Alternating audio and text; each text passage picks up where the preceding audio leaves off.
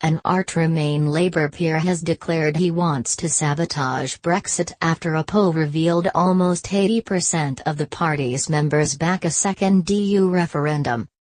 Andrew Adonis backs calls for the public to be given a vote on the deal Theresa May's team bring back from Brussels. The former transport minister, who quit as Mrs May's infrastructure czar in a blaze of recriminations, said he thought they would secure an okay deal, but that it would be less good than the status quo.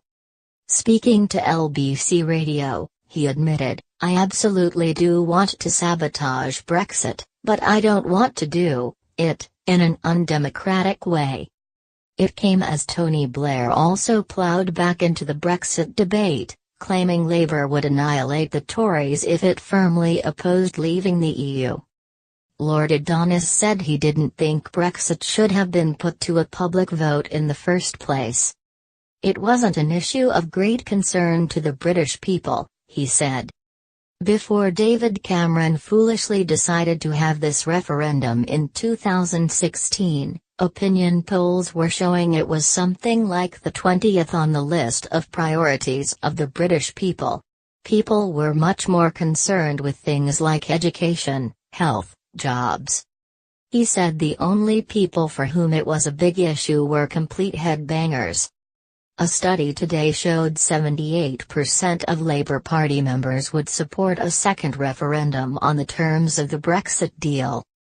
Research published by Queen Mary University into the views of grassroots party members found Labour members were almost as likely as Liberal Democrats, 91%, to support a second poll. Just 14% of Tory members back the idea of a vote on the final Brexit deal. But support was high among SNP members, 87% of whom back a second vote. Labour frontbenchers have failed to rule out a second referendum in future, but emphasise they do not support one now. Meanwhile, 6 senior Tory MPs have threatened to force Theresa May to exclude international students from immigration targets. Mrs May has repeatedly blocked calls for the change, despite pressure from businesses and universities. An immigration bill is due in March, which would give rebels a chance to vote on the issue, and 6 rebels would be enough to overturn Mrs May's fragile working majority in the House of Commons. Tory MP Nicky Morgan, who chairs the Treasury Select Committee, told the Evening Standard, "I've been calling for a long time now for students to be taken out of the immigration numbers.